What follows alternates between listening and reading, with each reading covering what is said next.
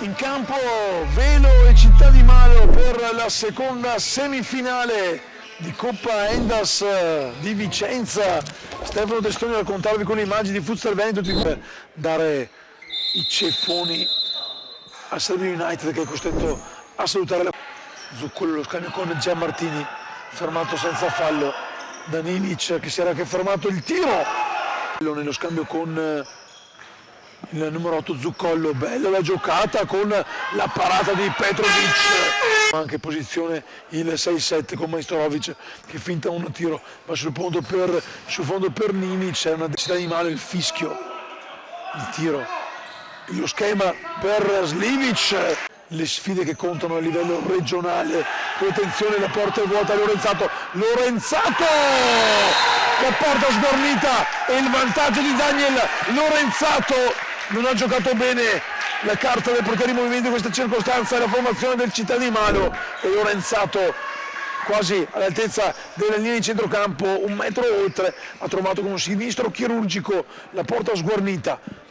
Palla dentro per l'uno Vivic che cerca la puntata verso Puglianovic, Girodello sulla corsia di sinistra, si fa vedere, poi a Pizzaroploz per aver allietato intanto nel finale di primo tempo il pallone nelle retrovie il Velo con Gobbo. Non c'è il fallo, ottima l'apertura per Zuccollo, Lorenzato il tiro, Arica trova un avversario, può ripartire allora il Velo con Fondase che scarica, un sinistro perfetto che trova l'angolo libero lontano e trova il 2-0 del Velo. Davide Fondase, rivediamo, ha alzato la testa e poi mandando il pallone sotto le gambe di Girardello trova il 2-0, esulta con i tifosi amici qui alla mia sinistra, che viene leggermente spinto senza però fallo da Zuccollo.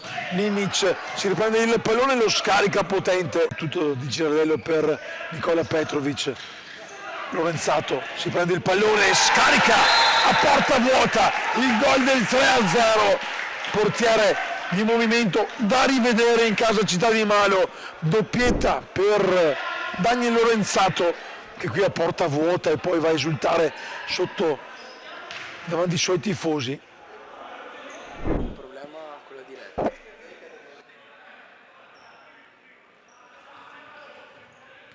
Tanto il pallone con Lorenzato che qualche metro fuori dalla linea della sua area di porta, ora avanza oltre la linea di metacampo, il tiro sul collo, prolunga proprio per Majstorovic che prolunga avanti ma ha perso Esper che viene però anticipato da Fondase, poi il tiro che si insacca a porta vuota per il 4-0 di Dennis Gobbo. Lo vedete lì inquadrato dal primo piano delle telecamere di Futsal Veneto TV che assieme a Roblos vi raccontano questa sfida. Nel replay abbiamo visto il pallone gonfiare la rete. Questa cuffia stanotte andrò a letto che mi sembra di avere una cuffia in cui intanto la cinquina servita da Gobbo, Dennis Gobbo, che si prende il pallone nella propria metà campo, avanza di qualche passo e poi destro preciso che si insacca in rete.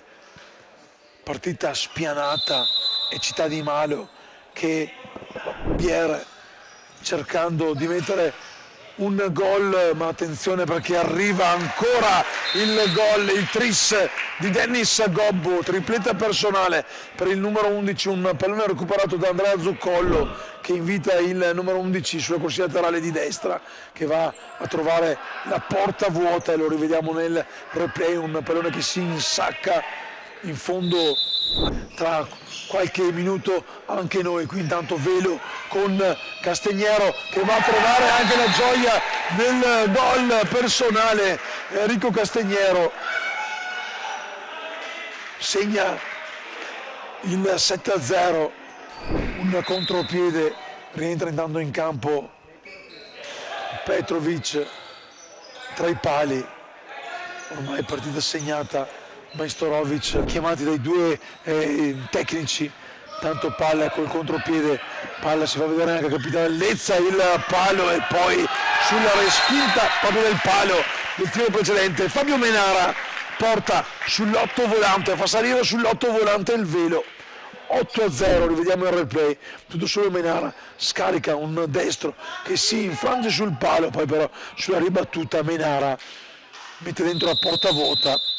Nel frattempo intanto è entrato anche Massimo Di Domenico con la mano, prova sposta per Pujanovic che non trova lo specchio di porta, e arriva il triplice fischio con l'esultanza della panchina del Velo che continua la sua kermesse di Coppa Endas di Vicenza con un rotondissimo 8-0.